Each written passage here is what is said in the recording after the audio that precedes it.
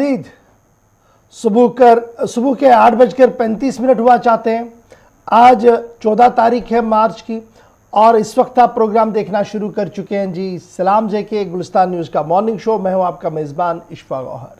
सामीन नाज़रीन, आज के अहम तरीन मौज़ूआत पर आने से पहले आपको एक बार फिर से याद दिलाते चलें कि आप इस नशरियात को जहां टेलीविज़न चैनल पर देख रहे हैं, आप हमारे social media platform Facebook, Twitter, Instagram, YouTube के अलावा हमारी ऑफिशियल वेबसाइट www.gulistannews.in पर लॉगिन, सब्सक्राइब और शेयर ज़रूर कीजिएगा ताकि आप हमारे साथ जुड़े भी रहेंगे और हर खबर से बाखबर भी रहेंगे। 10 बजे तक इस नशरियात को आपके सामने रखने की कोशिश करेंगे, जहां पर न सिर्फ जम्मू कश्मीर से मुंसलिक खबर से आपको बाखबर करेंगे बल्कि दिल्ली के अंदर आज का दिन क्यों अहम माने जा रहा है, आने वाले 2 दिनों के अंदर क्या कुछ हो सकता है उस पर भी गुफ्तगू करेंगे। आलमी बाजार के अंदर और आलमी दुनिया के अंदर क्या कुछ इस वक्त चल रहा है उस पर भी आपको बाखबर करने की कोशिश ज़रूर करेंगे। उम्मीद है कि 10 बजे तक आप मुकम्मल हमारा साथ देंगे। 9:45 पर आप और हम बात करेंगे, हमारी फ़ोन लाइन्स खुलेंगी। तीसरे पड़ाव पर जब आएंगे एक बार फिर हम आपकी आवाज़ को हुकूमती इदारों तक पहुंचाने की एक छोटी सी लेकिन मजबूत कोशिश ज़रूर करेंगे। करते हैं प्रोग्राम का आगाज़ और सबसे पहले बात करते हैं कि 14 तारीख को माजी ने क्या कुछ सबक हमें पढ़ाया है और उस सबक को दोबारा से याद दिलाने की कोशिश करेंगे। आपके सामने गौहर कुछ है। बहुत शुक्रिया गौहर ज्वाइन करने के लिए। बहुत बहुत शुक्रिया इशफाक। तो प्रोग्राम की शुरुआत में तारीख के हवाले से बात करेंगे कि आज की तारीख में क्या कुछ हुआ है, यानी कि 14 मार्च को मुल्की और आलमी सतह पर क्या हुआ है। आज 14 तारीख है और 1883 में अजीम माहिर इक्तिसादियात कार्ल मार्क्स का इंतकाल हो गया है। और आज ही के दिन 14 मार्च 1914 में सर्बिया और तुर्की ने अमन माहदे पर दस्तखत किए हैं। और आज ही के दिन 14 मार्च 1926 में लातीनी अमेरिका मुल्क कोस्टारिका में ट्रेन हादसे में 248 अफराद हलाक और 93 जख्मी हुए हैं। और साल 1931 में यानी कि आज ही के दिन 14 मार्च 1931 में भारत की पहली बात करने वाली फिल्म अलमारा बॉम्बे में दिखाई गई है, वो आज ही का दिन था। और आज ही के दिन 14 मार्च 1955 में शहजादा महेंद्र नेपाल का बादशाह बन गया है। और आज ही के दिन 14 मार्च 1965 में इजरायली काबीना ने मगरबी जर्मनी के साथ सफारती ताल्लुकात बहाल करने पर इत्तेफाक किया है। और आज ही के दिन 1976 में अमेरिका ने नेवाडा में जौहरी तजुर्बा किया है, वो आज ही का दिन था। और साल 2004 में आज ही के दिन 14 मार्च को चीन में निजी इमलाक को कानूनी हैसियत देने के लिए आईन में तरमीम की गई है। तो ये थी तारीख में कुछ अहम बातें जो हमने आपके सामने रखी हैं। अब बाज़ाब्ता तौर पर प्रोग्राम की शुरुआत करेंगे इशफाक गौहर। चलिए जी, सबसे पहले ज़रा आशियाने की खबर करते हैं, क्योंकि आशियाना जब जलता है तो सबसे बड़ी मुसीबत यही आती है। और ये खबर हम इसलिए आपको बता रहे हैं क्योंकि रात देर गए कल श्रीनगर शहर के भटमालू इलाके के अंदर रात देर गए आग की होलनाक वारदात हुई है।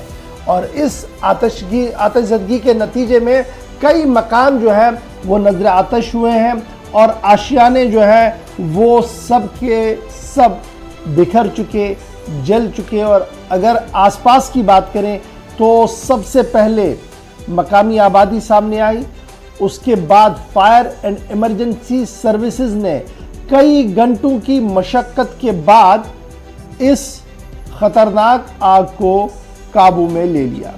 फायर एंड इमरजेंसी सर्विसेज के जवान इसमें कल ज़ख्मी हुए हैं। शेख हमजा कॉलोनी भटमालू के अंदर आग की होलनाक वारदात हुई है और उसी आग की होलनाक वारदात के दौरान यानी उसको बचाते बचाते, उस आग को बुझाते बुझाते खबर इस वक्त सामने आ रही है कि फायर एंड इमरजेंसी डिपार्टमेंट के एक जवान मोहम्मद एहसान जो सबसे आगे इस वक्त लगा हुआ था कि इस आग को बुझाया जाए, जो लोग अंदर हैं उन्हें निकाला जाए और अगर कुछ बचा सकते हैं उनकी जायदाद में से उसको बचाया जाए, तो उसको इंजरी हुई है।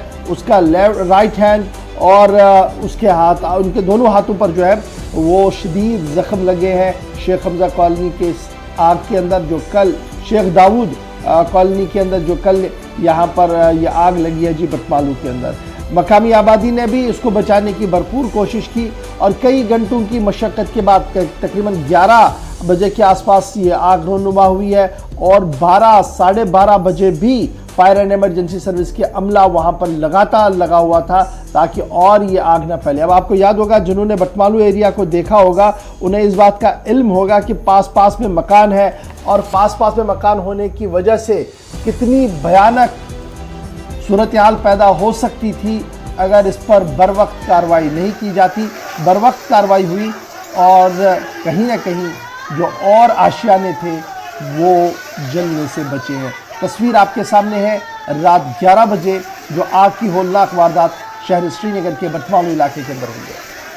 जी हाँ नाजरीन, तकरीबन 11 बजे के करीब गुज़श्ता रात 11 बजे के करीब एक मकान से अचानक जो वहाँ से रिपोर्ट्स मिले हैं कि एक घर से अचानक आग नमूदार हुई जिसने देखते ही देखते तकरीबन 10 के करीब मकानों को अपनी लपेट में ले लिया, जिसके साथ ही जब फायर एंड इमरजेंसी महकमे को इतला दी गई तो वो वक्त पर वहाँ पर पहुँचे हैं, जिसके साथ ही वो काफ़ी मशक्क़त के बाद ही उन्होंने इस आग पर काबू पा लिया। लेकिन आग की इस वारदात में करोड़ों लाखों रुपयों का नुकसान हुआ है। कई घर जो है वो तबाह हो गए हैं। तकरीबन 1 दर्जन के करीब, 10 के करीब माना जाता है कि 10 के करीब जो मकान है वो तबाह हुए हैं, जिसके साथ साथ ही कई घर भी वो उसकी जद में आ गए हैं। कई फैमिलीज़, कई लोग रात के 11 बजे के करीब ये हमजा कॉलोनी बटमालू इलाके में ये आग नुमदार हुई। इस सिलसिले में जब आग बुझाने के दौरान एक फायर एंड इमरजेंसी का जो अमला है उनमें से एक अहलकार वो आग बुझाते बुझाते लोगों को बचाने की कोशिश करते हुए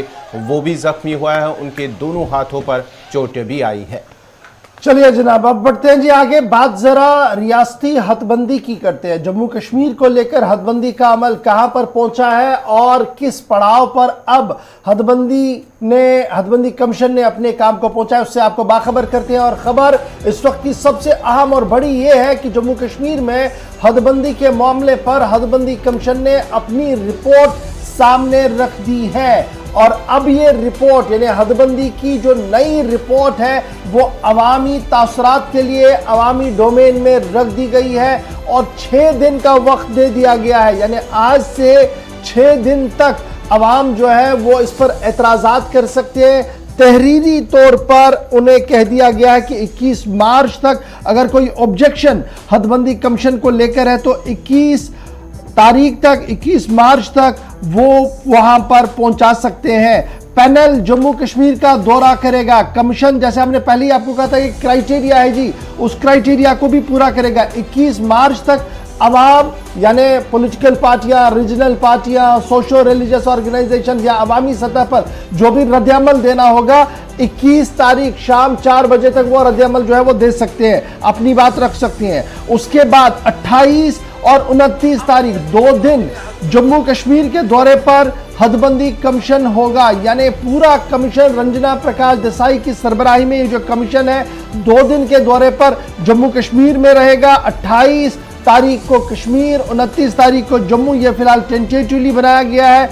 और अगर आप आज की जो आवाम के सामने इसका रिपोर्ट रखी गई है, इसमें 5 लोकसभा सीटों के लिए कोई भी रिजर्वेशन नहीं है। यानी SC STs के लिए जो है खदशा था कि शायद किसी सीट को SC ST के लिए रिजर्व किया जाएगा, जिस तरीके से नई असेंबली सेगमेंट्स उनके साथ जोड़ दी गई थी, ऐसा बिल्कुल भी नहीं है। 16 असेंबली सीट्स पर मुश्तमिल जो है वो इस तरीके से बनाने की कोशिश की गई है। 13 रिजर्व की गई हैं जम्मू सूबे के अंदर, यानी असेंबली की 13 सीटें रिजर्व होंगी सिर्फ जम्मू के अंदर। इस तरीके की बात जो है वो कमीशन की इस रिपोर्ट में इब्तिदाई तौर पर सामने आई है। डिसेंट नोट यानी जो एतराजी नोट 3 मेंबरान पार्लियामेंट नेशनल कॉन्फ्रेंस की तरफ से दिया गया था और भारतीय जनता पार्टी के 2 लीडरों की तरफ से दिया गया था, उस पर कमा को कुछ काम जरूर किया गया है। इस तरीके की बात जो है वो सामने रखी जा रही है। और हमारे जराया जो हमें बता रहे हैं, जो हदबंदी कमीशन ने अपनी रिपोर्ट रखी है, कमीशन का मानना है कि उन्होंने पूरा मामला जो है वो फाइनलाइज कर दिया है और अवामी डोमेन में बाज़ाब्ता तौर पर गैजेट के जरिए से उसको रख दिया है। और अब 21 मार्च शाम 5 बजे तक, मैंने 4 बजे तक बोल रहा था, मैं माफ़ी चाहता हूं जी, 5 बजे तक आप अपनी सजेशन जो है वो कमीशन के सामने रखेंगे और कमीशन उसके बाद जम्मू कश्मीर का दौरा करेगा 2 दिन का। कमीशन ने कोई भी लोकसभा की सीट इंक्रीज नहीं किया, यानी 5 जो लोकसभा की सीट्स है वो 5 ही रहेंगी, उसमें छठे का कोई भी मामला नहीं आया। कुछ हलकों की तरफ से इस तरीके की बात जो थी वो कही जा रही थी।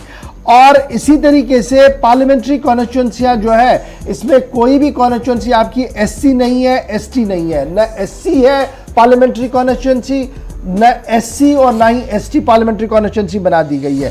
ताहम 9 सीटें जो है वो एसटी के लिए कर दी गई हैं लोकसभा के अंदर, अपनी असेंबली के अंदर। ये बात आप याद रखिएगा।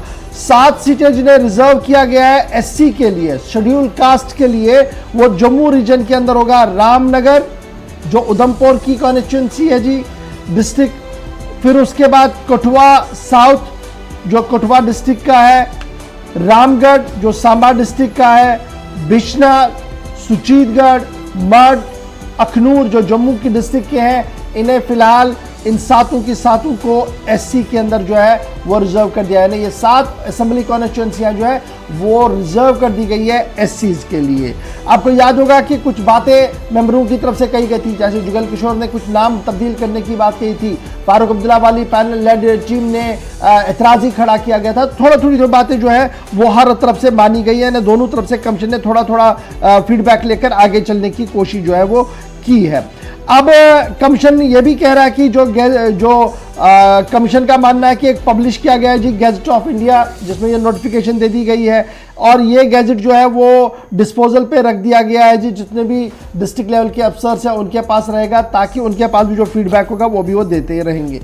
और जब हम कमीशन की बात करते हैं तो आप तहरीरन secretary delimitation commission, Ashoka hotel, 50B, Niti मार्ग, चाणक्यपुरी, नई दिल्ली में 5 बजे तक 21 मई तक तहरीरन भी भेज सकते हैं। अगर आप जाकर वहां जमा करना चाहते हैं वो भी, तो जमा करने के लिए याद रखिएगा सेक्रेटरी डिलिमिटेशन कमीशन, मारिफत, अशोका होटल, 50B, नीति मार्ग, चाणक्यपुरी, न्यू दिल्ली, 5 बजे तक मार्च 21 की तारीख मुकर्रर कर दी गई है। और डिलिमिटेशन कमीशन, अब आपको याद रखिएगा, थोड़ा माजी में भी याद रखिएगा, लास्ट कमीशन हमारे पास कब आया था जिसने काम किया था, डेट वाज 94, 95 और 96 में चुनाव हुआ था। लेकिन 94, 95 का जो कमीशन था उसने काफी हिचको लेखा है, ऊपर नीचे हुआ है, मेंबरान भी चेंज हुए। बहरहाल 94, 96 के कमीशन में भी जम्मू कश्मीर के अंदर अवामी हुकूमत नहीं थी, बल्कि सदर राज था, बराह रास्त सदर हिंद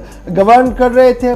और उसके बाद यहाँ कमीशन ने अपना काम मुकम्मल किया और इस तरीके से उन्होंने 76 से सीटें बढ़ाकर 87 कर दी, और जम्मू सूबे की जो 32 सीटें थी उसको 37 तक लाया था। ये 94, 96 की बात है। और कश्मीर सूबे जहाँ पर 42 सीटें थी उसको 46 पर लाया था। लद्दाख के अंदर 2 सीटें थी उसको 4 करने की बात रखी थी। ये 94, 96 के कमीशन की बात कर रहा हूँ मैं, जिसके बाद फारूक अब्दुल्ला वाली हुकूमत मार्ज वजूद में आई सन 96 में, और 2002 में उन्होंने नई हदबंदी पर पाबंदी आयद कर दी। मुल्की सतह पर कुछ मामला चले। बहरहाल जब रियासत 2 हिस्सों में तकसीम हुई तो सबसे दूसरा बड़ा काम जो था वो हदबंदी का था, जो अब आहिस्ता आहिस्ता करके अपने इख्तिताम की ओर जा रहा है। अब जराया, जो पॉलिटिकल जराया है, जो सियासी पंडित है, सियासी पंडितों का मानना है कि जिस टाइमलाइन के साथ और जिस क्रोनोलॉजी के साथ कमीशन अपना काम कर रहा है, तो ये बात तय है कि रवा साल के अक्टूबर, नवंबर और दिसंबर 3 महीनों के अंदर अंदर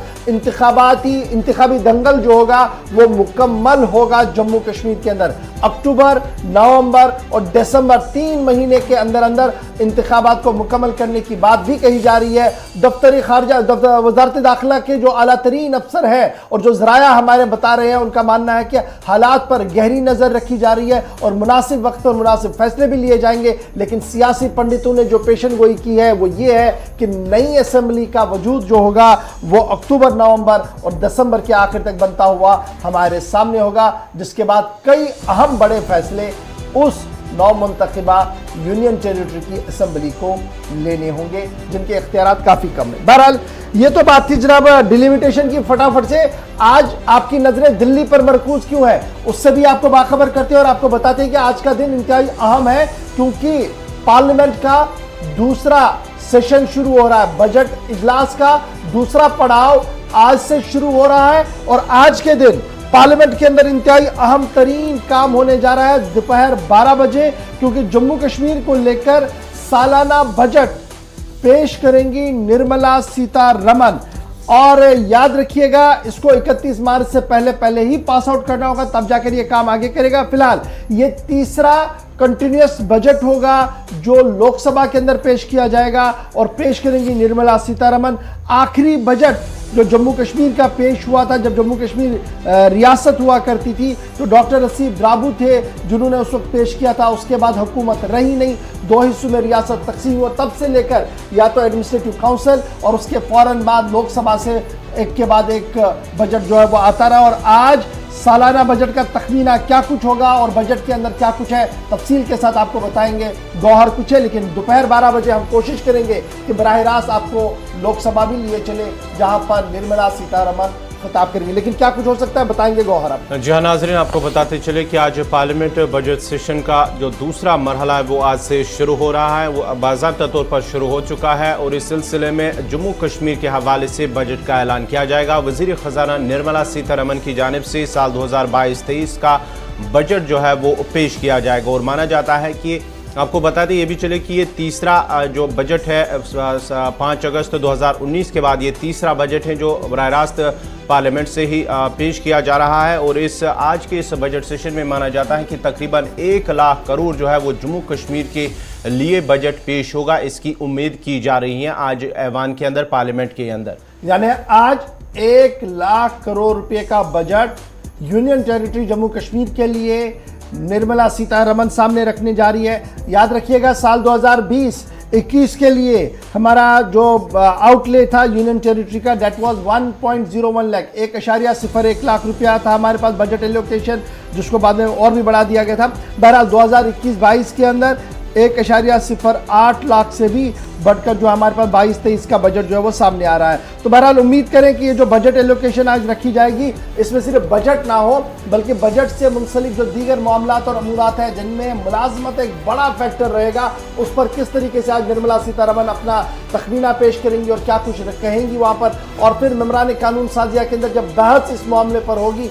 वो इस पर रद्द-ए-अमल किस तरीके से करेंगे, आपको पल पल का अपडेट आज पूरे दिन करेंगे लोकसभा से जब ये बजट वहाँ पर पेश की जाएगी। लेकिन दिल्ली के अंदर आज बजट पेश हो रही है तो जम्मू कश्मीर के बड़े अफसर भी पिछले 3 दिन से लगातार वजारत खजाना और वजीर खजाना के आसपास दिख रहे हैं। एडिशनल चीफ सेक्रेटरी जो फाइनेंशियल कमिश्नर भी हैं वो यहाँ पर मौजूद है दिल्ली के अंदर, जिन्होंने पिछले 3 दिन के दौरान मशावरत की है। और मशावरत के दौरान इस बात का खुलासा जो पेश किया जा रहा है, जो ज़राया हमें बता रहे हैं, जिस तरीके से मनसूबाबंदी हो रही है कि सरमायाकारी हो, उस सरमायाकारी की रिफ्लेक्शन आज के बजट के अंदर हो सकती है। कौमी एजुकेशन पॉलिसी को वसी तर करने के लिए और उसके जो चीज़ें हैं, जो फ़ायदे हैं वो आवाम तक पहुँचे, इस सिलसिले में भी एजुकेशन सेक्टर में कुछ रिफॉर्म्स की बातें जो है वो ज़राया हमें बता रहे हैं। हेल्थ सेक्टर से लेकर और रोड्स एंड बिल्डिंग्स तक भी कई अहम तजवीज़ें और कई अहम प्रोग्राम आज दरदस्त लिए जा सकते हैं जो बजट के अंदर होंगे, जिसको बाद में मंजूरी भी दी जाएगी। यानी 12 बजे आज बाद दोपहर प्रोग्राम के शेड्यूल के मुताबिक जो ऑलरेडी लोकसभा की तरफ से तहरीर किया गया शेड्यूल है, उसके मुताबिक आज निर्मला सीतारमण दोपहर 12 बजे जम्मू कश्मीर का सालाना मीज़ानिया पेश करने जा रही है, जिसके बाद ये खाका हमारे सामने होगा कि आने वाले दिनों में जम्मू कश्मीर के अंदर तरक्याती मंसूबा किस तरीके से आगे बढ़ेगा। बात जनाब दिल्ली की हो रही है तो फटाफट से आपको वजीर दाखिला अमित शाह की भी बड़ी खबर से आपको बाखबर बताते हैं और बाखबर करते हैं, क्योंकि अमित शाह का दौरा जम्मू मुतवक्का है और उस दौरे जम्मू से कबल वजारत दाखिला के अंदर आला सतही इजलास भी हो सकता है। जी हाँ, जम्मू कश्मीर में सिक्योरिटी के हवाले से अहम फैसले लिए जाने की इम्कानात है, क्योंकि वजीर दाखिला अमित शाह जम्मू का दौरा कर रहे हैं, जहाँ पर वो CRPF एहलकारों के साथ वो उनका खिताबी हो सकता है। और आपको बताते ये चले कि वादी और उधमपुर में जिस तरह से खालिया धमाके हुए, उधमपुर में चंद रोज़ी कबल जहां धमाके में एक शख्स की हलाकत और 14 जख्मी, उससे पहले लाल चौक अमीराकदल श्रीनगर में भी दो अफराद की मौत हुई है, जिसमें एक लड़की और एक मुअम्मर शख्स शामिल है, जबकि 36 के करीब जख्मी हुए थे। उसके बाद पंचों और सरपंचों को निशाना बनाया है जिला कुलगाम के अंदर भी, और साथ ही साथ खुरमू श्रीनगर में एक सरपंच को निशाना बनाया गया है। उसके साथ साथ एक CRPF एहलकार को भी निशाना बनाया। उसको लेकर जम्मू कश्मीर में जो ताज़ा सिक्योरिटी सूरत हाल है उसका जायजा लेने के लिए वज़ीर दाखिला की सदारत में एक आला सतही मीटिंग होगी और माना जाता है कि पंचों, सरपंच और फोर्सेज एहलकारों पर हमले और भीड़ भाड़ वाले मकामात पर ग्रेनेड धमाकों का वज़ारत दाखिला जो है, वज़ीर दाखिला उन्होंने इसका संगीन नोटिस लिया है और आज इस सिलसिले में एक आला सतही मीटिंग होने वाली है। एक के बाद एक पंच और सरपंच की हिलाकत के साथ साथ फौजी जवानों को या छुट्टियों पर जा रहे थे, आपको याद होगा खाक के अंदर एक फौजी जवान की लाश, उसके बाद साउथ कश्मीर के अंदर सीआरपीएफ के जवान की लाश मिलने के बाद वजारत दाखिला के अंदर भी हलचल तेज हो रही है और जम्मू कश्मीर की मौजूदा सूरत हाल पर काबू रखने के लिए और वहां का जायजा लेने के लिए जहां आला सतही इजलास को तलब किया जा रहा है, वहीं पर इस इजलास को जहां सिक्योरिटी सलामती सूरत हाल के साथ देखा जा रहा है, वहीं पर आने वाले दिनों में जो यात्रा है अमरनाथ यात्रा, उसे किस तरीके से आसान तरीके से इख्तिताम तक पहुंचाया जाए और जनूबी और शुमाली हिस्सों में किस तरीके से हालात पर निगरानी रखी जाए, उस पर भी गुफ्तगू की जा सकती है। अब आप सोच रहे होंगे कि जनाब वज़ीर दाखिला साहब कब जा रहे हैं, तो रवा हफ्ते के दौरान सीआरपीएफ का राइजिंग डे है और इस बार सीआरपीएफ के राइजिंग डे के मेहमान खुसूसी वज़ीर दाखिला होंगे और इस राइजिंग डे की खुसूसी तकरीब, मरकजी तकरीब जो है वो जम्मू के एमएएम स्टेडियम के अंदर मुनक्किद होने जा रही है, जहां पर वज़ीर दाखिला अमित शाह जवानों के साथ बराह रास्त गुफ्तगू करेंगे। आपको याद होगा कि इसी प्रोग्राम में हमने आपको बताया था कि बीएसएफ के बाद सीआरपीएफ ने दिल्ली के बजाय श्रीनगर को चुना है, जम्मू को चुना है, जहां पर अपने राइजिंग डे तकरीब का एहतमाम किया जा रहा है, क्योंकि सीआरपीएफ एंटी मिलिटेंट ऑपरेशंस में सरफहरिस्त है और लॉ एंड ऑर्डर और दीगर मामलात में भी रियासती इंतजामिया का ताउन कर रही है और यही वजह है कि यहां पर फोरफ्रंट जवानों के साथ वज़ीर दाखिला हम कलाम हो, उनकी हौसला अफजाई की जाए। इस राइजिंग डे को जम्मू के अंदर मनाने का फैसला लिया है और उससे कबल वजारत दाखिला के अंदर आला सतही इजलास होगा, जिसके अंदर सलामती सूरत हाल के साथ साथ आने वाले दिनों में जो मुश्किलात और जो चैलेंजेस दरपेश हैं उन्हें किस तरीके से निपटा जाए, उस पर भी गुफ्तगू की जाएगी। रवा हफ्ते दाखिला वजीर का जम्मू दौरा मुतवक्का है, क्योंकि सीआरपीएफ का राइजिंग डे मनाया जा रहा है।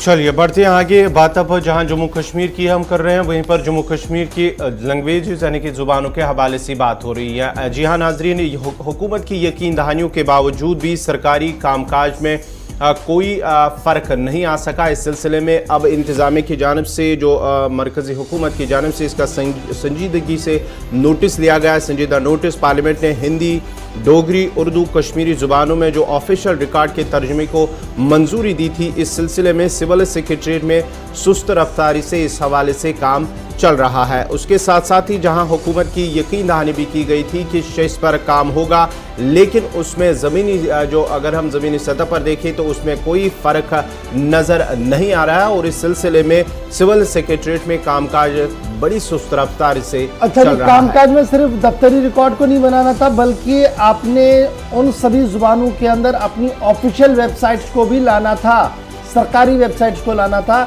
जिन जुबानों को ऑफिशियली तस्लीम किया गया लोकसभा और राज्यसभा के अंदर, जिसके बाद जम्मू कश्मीर इंतजामिया ने बाज़ाब्ता तौर पर एक ऑर्डर जारी किया, जिस ऑर्डर के जारी होने के बाद जम्मू कश्मीर के अदब नवाज लोगों ने इसका खैर मकदम भी किया था। ताम खदशात अपनी अपनी जगह पर सबको थे, लेकिन उसके बावजूद भी खैर मकदम किया था और इससे यह कहा गया था कि इससे जहां जुबानों को तकवीयत मिलेगी, फौकियत मिलेगी, मजबूत हो जाएगी उनकी फाउंडेशन, वहीं पर दूर दराज इलाकों तक भी रसाई सरकार की अपनी जुबान में पहुंच सकती है। जैसे हम हिंदी की बात करें तो जो लोग हिंदी पढ़ते हैं, उर्दू अंग्रेजी उन्हें नहीं आती है, तो उनके पास वेबसाइट होती तो वो हिंदी में उसका ट्रांसलेशन करते। जो उर्दू कश्मीरी को जानते हैं वो उर्दू कश्मीरी में देखते, जो डोगरी में अपने ऑर्डर्स को देखना चाहते थे वो डोगरी में उनको वो अपॉर्चुनिटीज़ मिल जाती। और यही वजह है कि चीफ सेक्रेटरी साहब के लगातार हुक्मनामे को भी बलाए ताक जो है वो रखा जा रहा है और अभी तक भी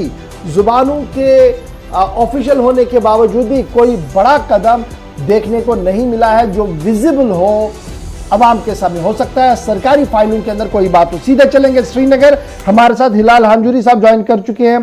बहुत बहुत शुक्रिया हिलाल हमारे साथ ज्वाइन करने के लिए। बड़ा इंपॉर्टेंट इशू ये है जब जबानों की बात करते हैं, क्योंकि ये चैनल ऑफ कम्युनिकेशन है और अभी तक सरकारी तौर पर हम देख रहे थे कि अंग्रेजी जुबान को एक फरोग दिया गया था।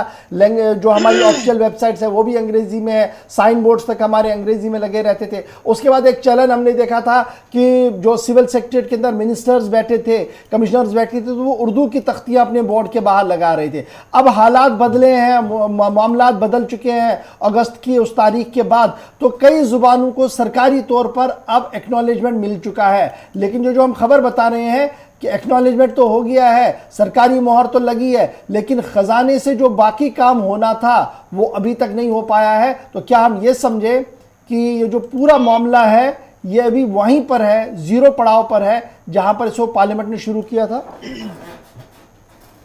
बिल्कुल गौहर, कोई शक नहीं है कि इसमें अभी तक जो हमें मालूमात पता चल रहे हैं उसके मुताबिक ये जो जुबानों का इंदराज है या नई जुबानें, इसमें रीजनल लैंग्वेज को ऐड किया गया था। अपार्ट फ्रॉम उर्दू और जो अंग्रेजी इससे पहले सरकारी जुबान हुआ करती थी, ऐसा लग रहा था कि इससे रसाई काम लोगों को, चाहे जम्मू का डोगरा हो, कश्मीर का उर्दू या कश्मीरी जानने वाला हो या अंग्रेजी में महारत रखने वाला हो, लेकिन ये सारी चीजें हम देख रहे हैं कि सिर्फ अंग्रेजी में ही चलती। जुबान सिर्फ एक कम्युनिकेशन एंगल को देखते हुए ही नहीं देखना चाहिए, बल्कि लोगों का मानना था, एक्सपर्ट्स का मानना है कि जब आप लैंग्वेज का पालन करते हैं तो उससे उस समाज की, उस इलाके की जो कल्चर है उसकी प्रिजर्वेशन होती है।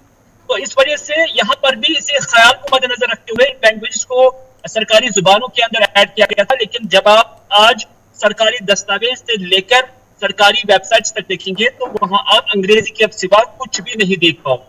हाँ, कुछ एक जगह पर, कुछ एक वेबसाइट्स में आप हिंदी जो है पाओगे, लेकिन ना कहीं डोगरी है, ना कहीं कश्मीरी है और ना ही कहीं पर उर्दू का इस्तेमाल किया जा रहा है।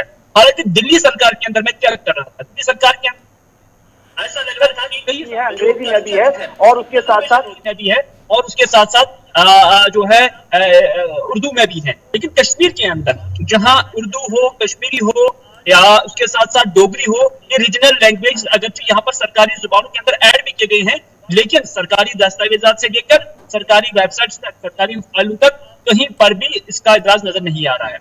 एक और चीज, यहाँ पर जितने भी अफसर साहिबान हैं उनमें बेशतर ना ही उर्दू जानते हैं, ना ही कश्मीरी जानते हैं और ना ही डोगरी जानते हैं। नतीजा ये है कि वो भी मुनहसिर हो गए हैं अब अंग्रेजी पर ही, क्योंकि ऐसे अफसरान की जो एजुकेशन है वो भी ज्यादातर अंग्रेजी में ही हुई है। नतीजा ये हुआ कि अब उर्दू, हिंदी और डोगरी के साथ साथ कश्मीरी जो है ये महज एक रस्म रह गई है कि ये सरकारी जुबान है या सरकारी जुबानों के साथ से ऐड किया गया है, जबकि जमीन स्तर पर इसका फल जो है ना ही यहाँ के समाज को मिलता है, ना ही कैनाल के उस पार समाज को मिलता है। नतीजा ये है। अच्छा जी, इसमें हमने ये भी देखा, ये तो ओवरऑल व्यू है, लेकिन जब हम सरकारी तौर पर देखते हैं तो चीफ सेक्रेटरी साहब का हिदायतनामा था, उसके बाद हमने देखा कि कुछ अफसरों को अपॉइंट किया गया कि जनाब अब आपने ये काम देखना होगा, आपने ट्रांसलेशन करना होगा, हसास रिकॉर्ड को भी आपने महफूज बनाना होगा रीजनल जुबानों के अंदर। लेकिन बहुत देर कर दी, बेवफा आते आते ऑर्डर तो आया था लेकिन इंप्लीमेंटेशन कहीं पर भी नहीं है।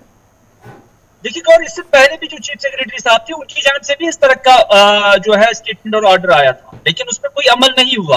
और जैसा कि मैंने इससे पहले भी कहा कि रस्म के तौर पर ये सारी चीजें देखी जा रही हैं, इस तरह के ऑर्डर्स, जमीन पर कोई इंप्लीमेंटेशन इसका नजर नहीं आ रहा है। मैं 10 दिन पहले की बात करता हूं कि एक इंतखाब जो हम पटवारी से लेते थे कश्मीर के अंदर ज्यादातर ये उर्दू में हुआ करता था, लेकिन आज ये फॉर्मेट जो है पूरा अंग्रेजी में है। आज कहीं पर उसका उर्दू में नामो निशान नहीं है। मैं 10 दिन पहले की ही बात कर रहा हूँ। इसी तरह से जम्मू के अंदर भी है कि न डोगरी कहाँ वहीं पर है, जो वहां की शनाख्त है, वहां की कल्चर की अक्कासी करता है, वहां के समाज की अक्कासी करता है, वहां पर भी डोगरी नहीं है। क्योंकि हिंदी में भी बहुत कम चीजें देखने को मिल रही है। ज्यादातर जो है जो भी कम्युनिकेशन सरकारी स्तर पर होता है वो अंग्रेजी स्तर पर होता है। सरकार या एडमिनिस्ट्रेशन इस हवाले से वक्तन फवक्तन बयानात भी देती है, ऑर्डर्स भी जारी करते हैं, टाइम बाउंड भी रखते हैं, लेकिन फिर भी हम देखते हैं कि ये सारी चीजें। बहुत बहुत शुक्रिया जी इलाल हमारे साथ ज्वाइन करने के लिए जी। फिलहाल 9:05 का वक्त हुआ चाहता है, पहला पड़ाव यहाँ पर हमें रोकना पड़ेगा, एक छोटा सा ब्रेक है जी। कमर्शियल ब्रेक के फौरन बाद आएंगे तो आपको बताएंगे कि प्रेस काउंसिल ऑफ इंडिया ने क्या रिपोर्ट सामने रखी है और कहां पर वो रिपोर्ट छपी है, आप कैसे उस पर एक्सेस कर सकते हैं वो हम आपको बताएंगे। उसके बाद आपको बताएंगे कि साल से यारकंदी श्रीनगर के अंदर रह रहे थे, लेकिन अब उनकी रिहाइशगाह तब्दील हो रही है, उनके एड्रेस तब्दील हो रहे हैं, क्यों ये बात हो रही है सामने वो भी बताएंगे। बोन्स एंड जॉइंट अस्पताल में आगजनी के बाद अभी की ताज़ा तरीन खबर क्या है उस पर भी गुफ्तगू करेंगे। कुछ और बातें भी आपके साथ शेयर जरूर करेंगे, लेकिन उम्मीद है कि आप हमारा साथ देंगे। छोटे से ब्रेक के बाद दोबारा हाजिर खिदमत होते हैं।